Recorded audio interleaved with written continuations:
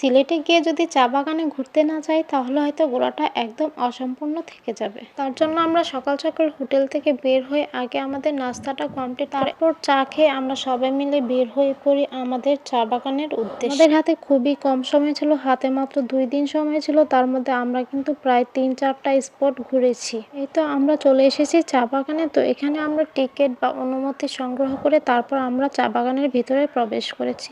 তো চা বাগানের কিন্তু গাছগুলো এখনো এত বড় হয়নি। আমরা যখন গিয়েছিলাম অনেক ছোট ছোট ছিল পাতাগুলো। আমরা সবাই মিলে ওই দিন সেম কালার ড্রেস পরে ঘুরতে বের হয়েছিলাম। আমরা যে চা বাগানটিতে ঘুরতে গিয়েছিলাম সেই চা বাগানটি আমাদের ভোলাগঞ্জ যাওয়ার পথেই ছিল, তাই আগে আমরা চা বাগানটিতে ঘুরে তারপর ভোলাগঞ্জে গিয়েছিলাম। এই চা বাগানটি কিন্তু ঘুরতে ঘুরতে অনেক সময় লাগবে, কারণ এই চা বাগানটি অনেক বড় ছিল। তো আপনারা কে কে চা বাগানে ঘুরতে গিয়েছেন এর আগে কিংবা সিলেটে গিয়েছেন তো অবশ্যই কমেন্টে বলে যাবেন। এই চা বাগানের ভিতরে একটি রাবার বাগানও ছিল, তো আমরা সেখানে আগে ঘুরতে যাব। তো এই দেখেন চারিপাশে কিন্তু শুধু চা বাগান আর চা বাগান।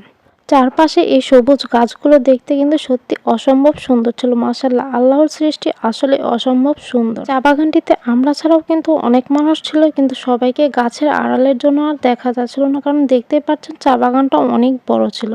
এখানের কিছু কিছু রাস্তা অনেক বেশি ভয়ঙ্কর ছিল, অনেক বড় বড় গর্তও ছিল। তো এখানে আসলে অবশ্যই দেখে দেখে তারপর উপরে উঠবেন। আমরা সবাই মিলে এখানে এত হাঁটছিলাম, তবু মনে হচ্ছে পথ যেন শেষই হচ্ছে না। তো দেখেন সবাই কিন্তু আমরা অনেক বেশি টায়ার্ড হয়ে গিয়েছিলাম, আরো বাচ্চাগুলো আরো বেশি কষ্ট পাচ্ছিল। আমার তো ইচ্ছে করছিল এখানে কিছুক্ষণ বসে তারপর আবার উপরে উঠি, কারণ অনেক বেশি টায়ার্ড হয়ে গিয়েছিলাম আমি। শীতের দিন গিয়েছিলাম কিন্তু একদমই মনে হয়নি যে শীতকাল, কারণ এত বেশি গরম লাগছিল আমাদের হাঁটাহাঁটির পর।